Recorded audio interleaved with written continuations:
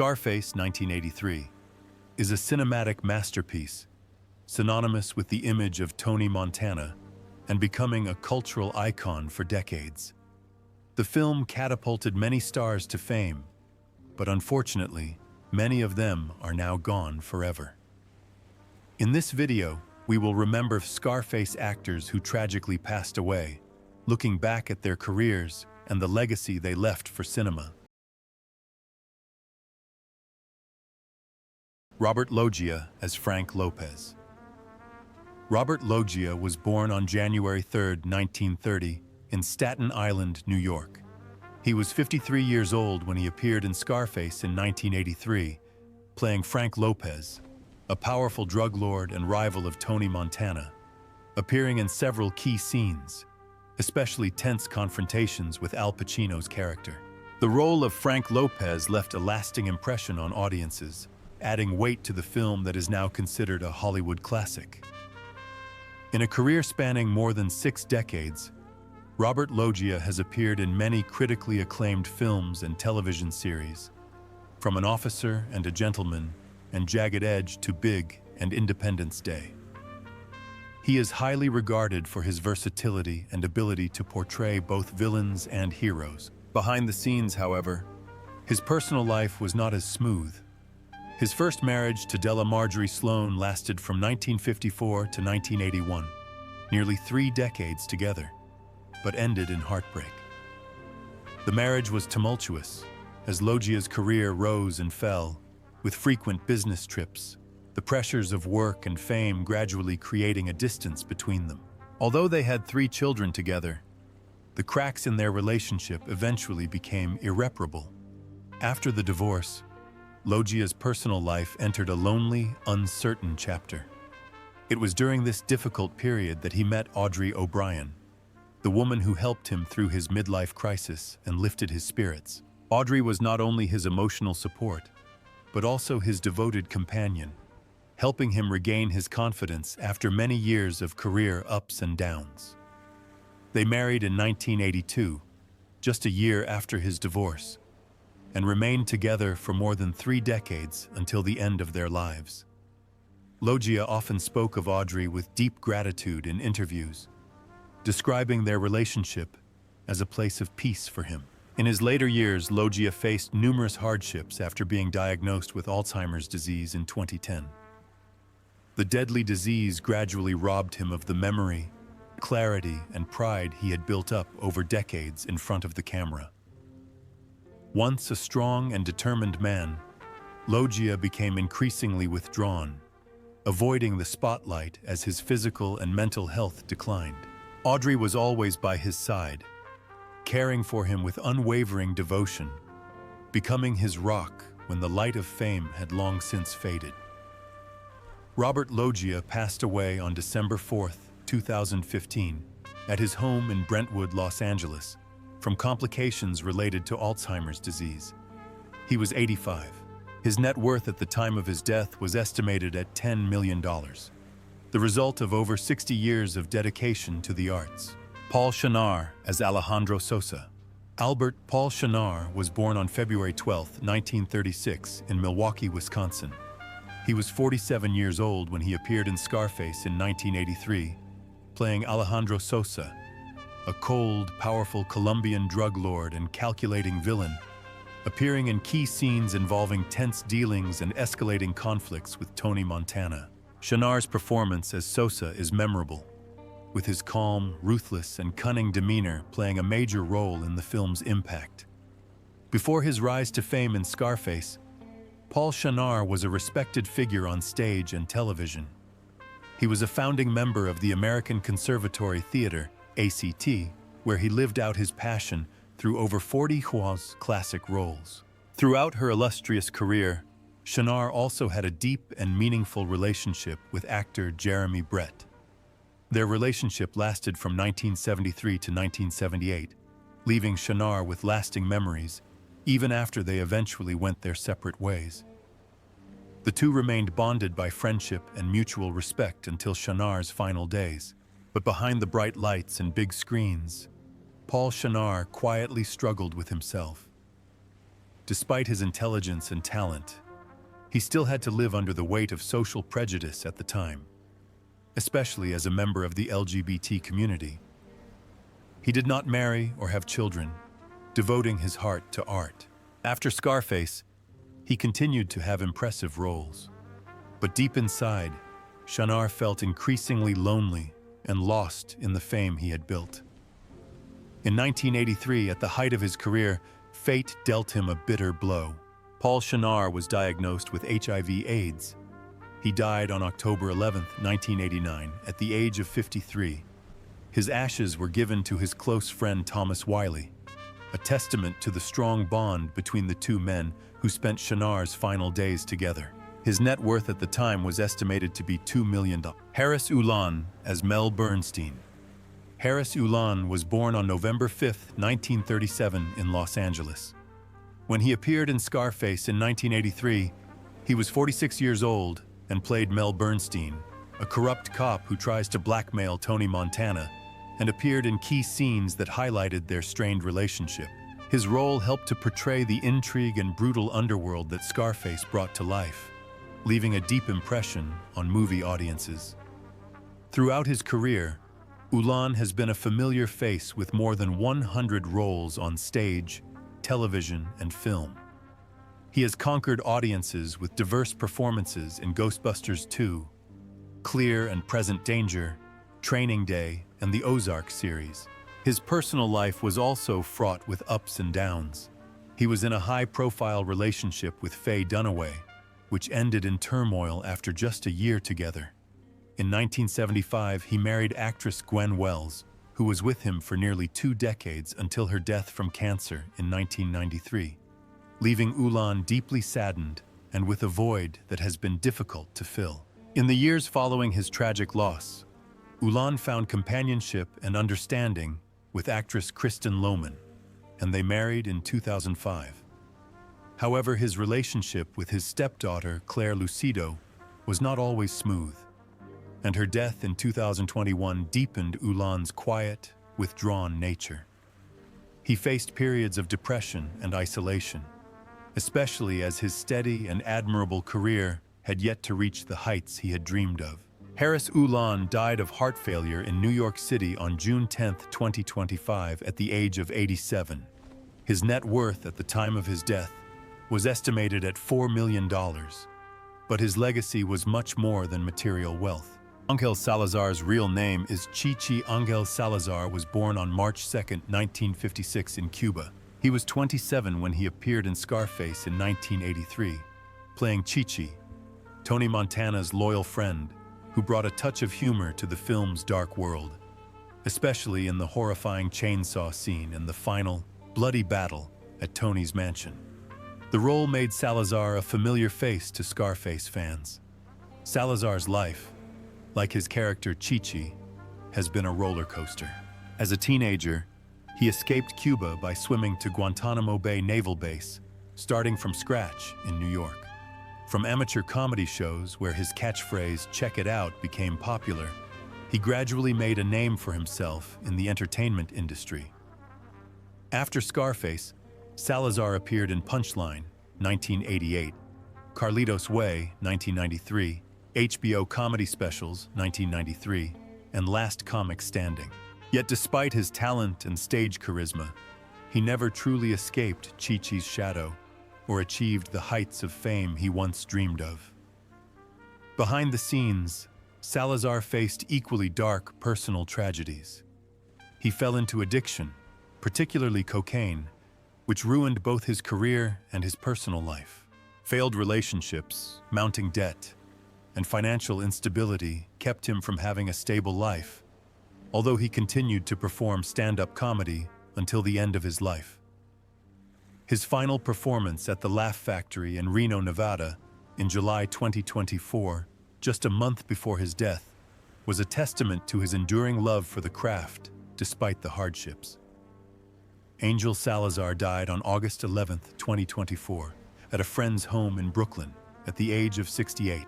His death was determined to be due to acute drug toxicity from a combination of cocaine, cyclobenzaprine, and diphenhydramine, along with underlying hypertrophic cardiomyopathy. His net worth at the time of his death was estimated at $1 million, much of which had been wiped out after years of financial struggles.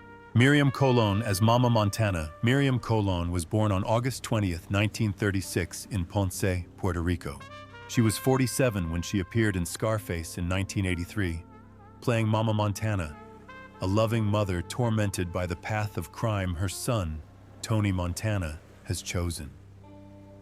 Every time Mama Montana appeared on screen, she left a lasting impression, embodying both the compassion and moral conscience that Tony no longer had. Behind her powerful and successful performances on stage and screen, Colon's life was filled with quiet sadness. Her first marriage to George Paul Edgar, which lasted from 1966 to 1976, seemed to promise happiness, but ended in heartbreaking loss when Edgar died after a long illness. His death left Colon alone, struggling with isolation even as her career took off. At the time, even as she enjoyed success with projects like One Life to Live, she found herself coming home every night to a silent battle. In 1987, hoping to find peace, Colon remarried, this time to Fred Valle.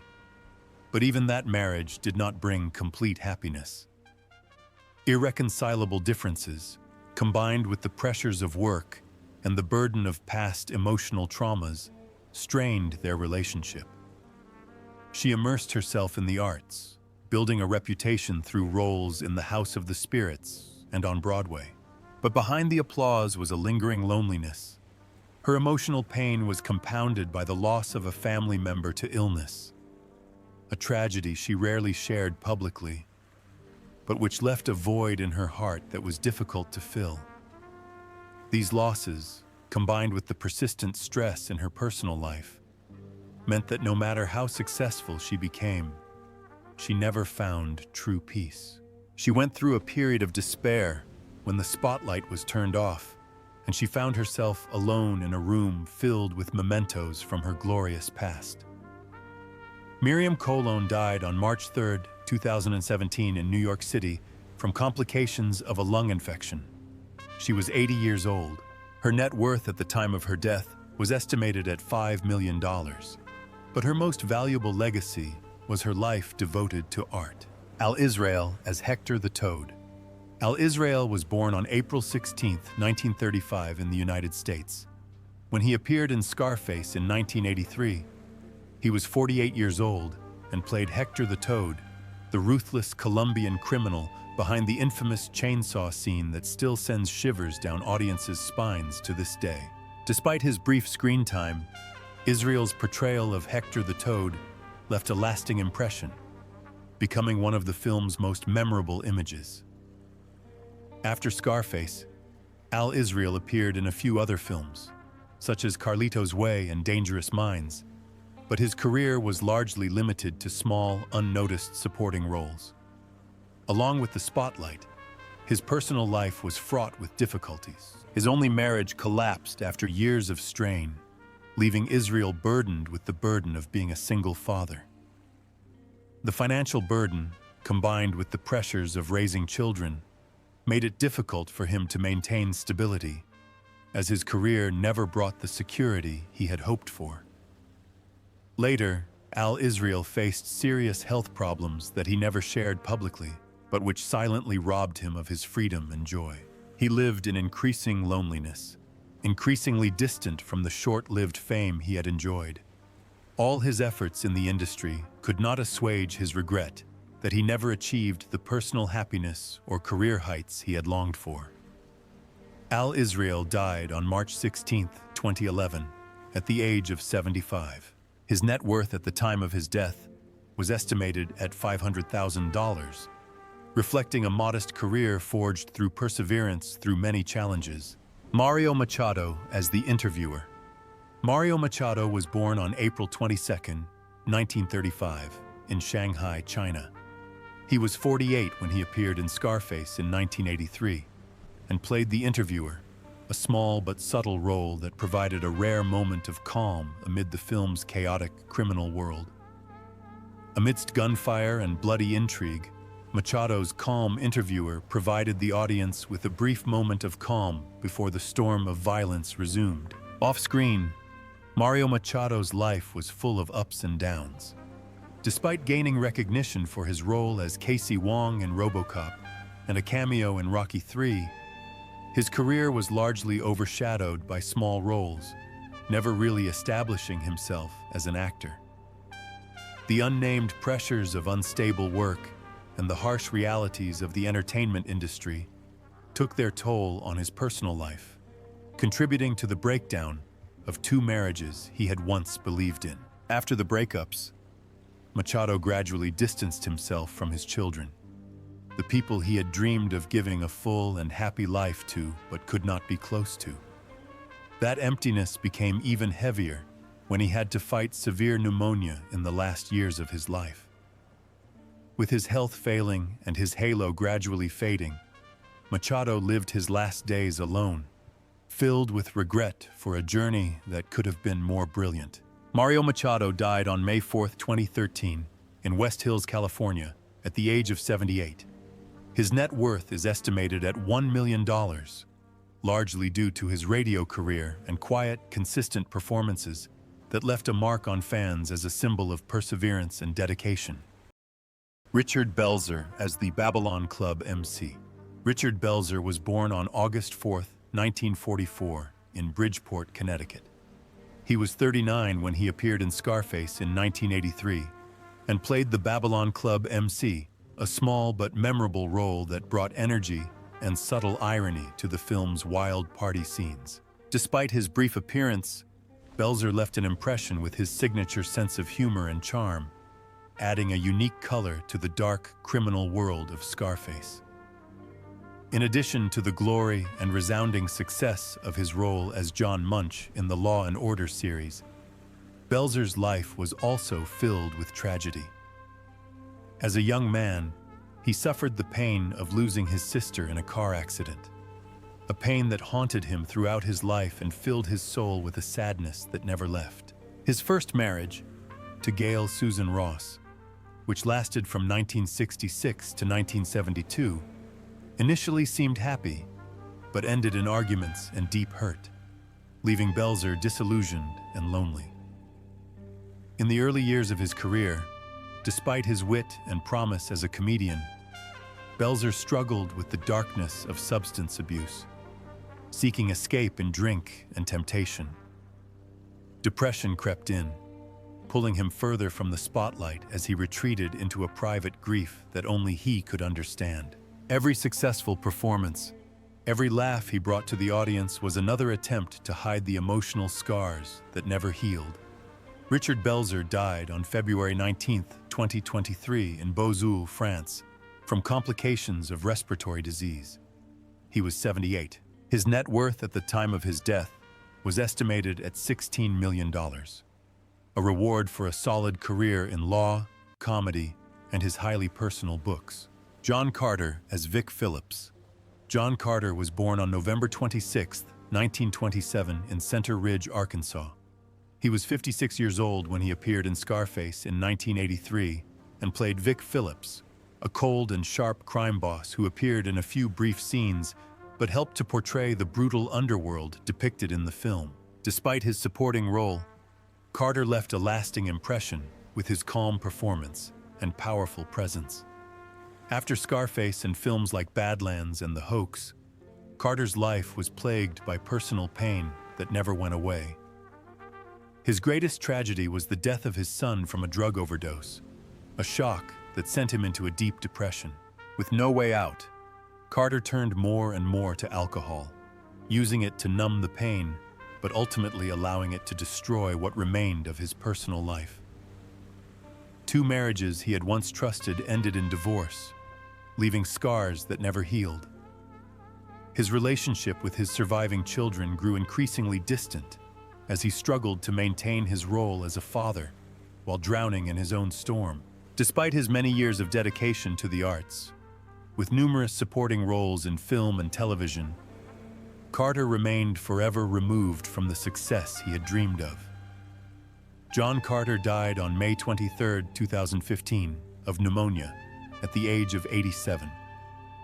He died quietly and alone, leaving behind a modest career and an estimated net worth of $400,000, a figure that reflects the life of a dedicated artist forever overshadowed by personal tragedy.